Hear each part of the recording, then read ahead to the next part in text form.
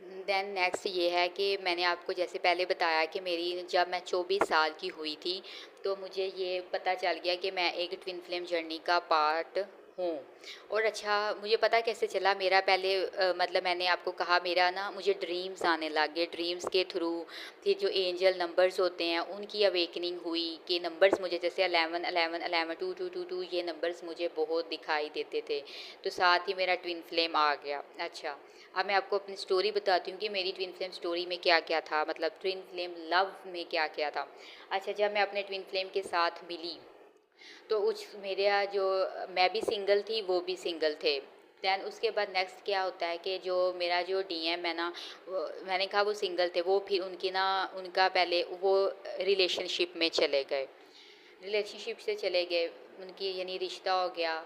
फिर उसके बाद क्या होता है कि जब उनका अपनी मतलब उनका जो रिश्ता होता है, मैंने आपको यहाँ पहले बता दिया कि मैं जो हमारे मेरे जो ट्विन फ्लेम है ना, वो हमारी फैमिली में से ही हैं। जैसे फैमिली में जैसे मेरी जो मदर है ना, मेरी मदर की जो खाला हैं, उनकी उनके वो बेटे हैं। तो वो मेरे ट्विन फ्लेम थे, यानी ऐसे कह लूँ तो मेरी अम्मी के कज़न ब्रदर हैं, तो मेरे वो मामू हुए। तो ऐसे वो एज में भी एज गैप भी हमारे अंदर बहुत ज़्यादा था, यानी ज़्यादा नहीं, मतलब तकरीबन 6 to 7 ईयर्स का हमारे अंदर हमारे दरमियान एज गैप है। अच्छा, फिर मैंने आपको कहा कि उनका मुझसे मिलने के बाद थोड़ा राब्ता होने के बाद वो उनका रिश्ता हो गया। रिश्ता हो गया तो फिर अच्छा, जो जिस लड़की के साथ उनका रिश्ता हुआ ना, वो भी हमारी ना फैमिली में से ही है। तो वो फिर अच्छा, मैं उसको जानती थी, तकरीबन से जानती, मतलब पता ही था कि ये मतलब एक नेगेटिव सोल है। फिर मुझे क्या पड़ी थी, क्या उनके घर वालों ने सोचा से, मतलब मुझे कुछ लेना देना नहीं था, ठीक है रिश्ता हो गया, जो अल्लाह का हुक्म है। ऐसे मैंने कहा मजहबी थी, मैंने कहा ठीक है अल्लाह का हुक्म, जो नसीब में लिखा था वो हो गया। फिर ये था कि मुझे ड्रीम्स आते थे, मैं अपने ड्रीम्स में मैंने अपने जो मेरा डीएम है, मैं उसको बहुत ज़्यादा ज़ख्मी हालत में देखती थी। मेरा डीएम बहुत ज़्यादा रो रहा है, वो उसकी बहुत ज़्यादा सोल क्राइंग हो रही है, जैसे वो ये शादी नहीं करना चाहता, उसके घर वाले शादी करवा रहे हैं, इस तरह की चीज़ें मैं देखती थी ड्रीम में। और जो जिस लड़की से मेरे डीएम की मैरिज होने वाली है, वो जो लड़की है वो बहुत ज़्यादा टॉक्सिक किस्म की है।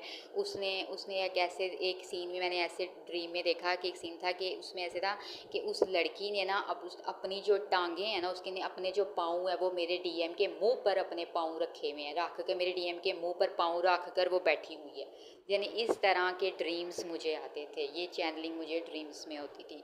फिर ये मेरा जो डीएम था, उसके बहुत ज़्यादा अफेयर्स भी थे, वो सारे मुझे ड्रीम्स में नज़र आते थे कि उसके अफेयर्स भी बहुत ज़्यादा हैं, वो अफेयर्स में भी है, बस ऐसे ये सब कुछ ड्रीम्स में मुझे आता था।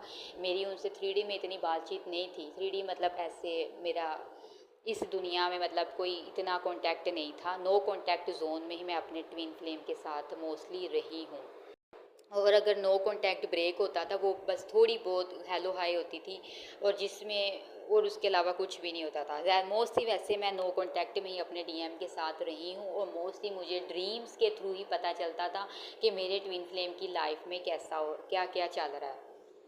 चूँकि मुझे तो पता था ये मेरा डीएम है, तो मेरी ना बहुत ज़्यादा सोल क्राइंग भी बहुत ज़्यादा होती, क्योंकि ड्रीम में फिर इस तरह की टॉक्सिक देखती थी तो मुझे सोल क्राइंग भी बहुत होती थी, मुझे बहुत दुख होता था कि ये मेरी सोल है, मेरी सोल के साथ बुरा हो रहा है, ये सब कुछ मैं बहुत देखती थी। तो यहाँ मेरी सब जो डीएफ्स हैं उनके लिए अगर कोई इस तरह की फ़ेज़ में अगर है, अगर कोई मेरी स्टोरी से थोड़ा सा यहाँ इस फेज़ में रिलेट कर रहा है, तो उनको मैं ये एक एडवाइस देना चाहूँगी कि आप अगर ड्रीम में ये देखते हो कि आपके जो डीएम हैं वो मुसीबत में है, तकलीफ़ में है, या कोई उन पर जुल्म कर रहा है, तो आप उस वक़्त ना अपने इमोशंस पर कंट्रोल रखना। ये ना हो कि आपने ड्रीम में कुछ देख लिया, फ़ौरन अपने डीएम से आप कॉल करने लग जाए, मैसेजेस पे उनसे बात करने लग जाएं, या फिर उसकी अगर जो वाइफ टॉक्सिक है, कार्मिक है, उसके बारे में उसे कहने लग जाएं कि उसको डाइवोर्स दो, ये ख़त्म करो। ये सब कुछ करने से आपने परहेज़ करना है, ये सब कुछ नहीं करना। तो यहाँ ये मेरी एडवाइस है कि अपने अगर आपका डीएम मैरिज में है तो हो जितना हो सके ब्रेक लगाया करें अपने इमोशंस पर, नो कांटेक्ट जोन में रहना उस फेज़ में बेहतर होता है। फिर ऐसे करते करते मेरे जो डीएम की जो वो मैरिज भी हो गई। मैरिज के बाद जी जनाब मुझे ड्रीम्स आते, मुझे बाकायदा ड्रीम्स, सेक्सुअल ड्रीम्स आते थे कि मेरा डीएम जो है वो सेक्स कर रहा है, इस तरह के ड्रीम्स।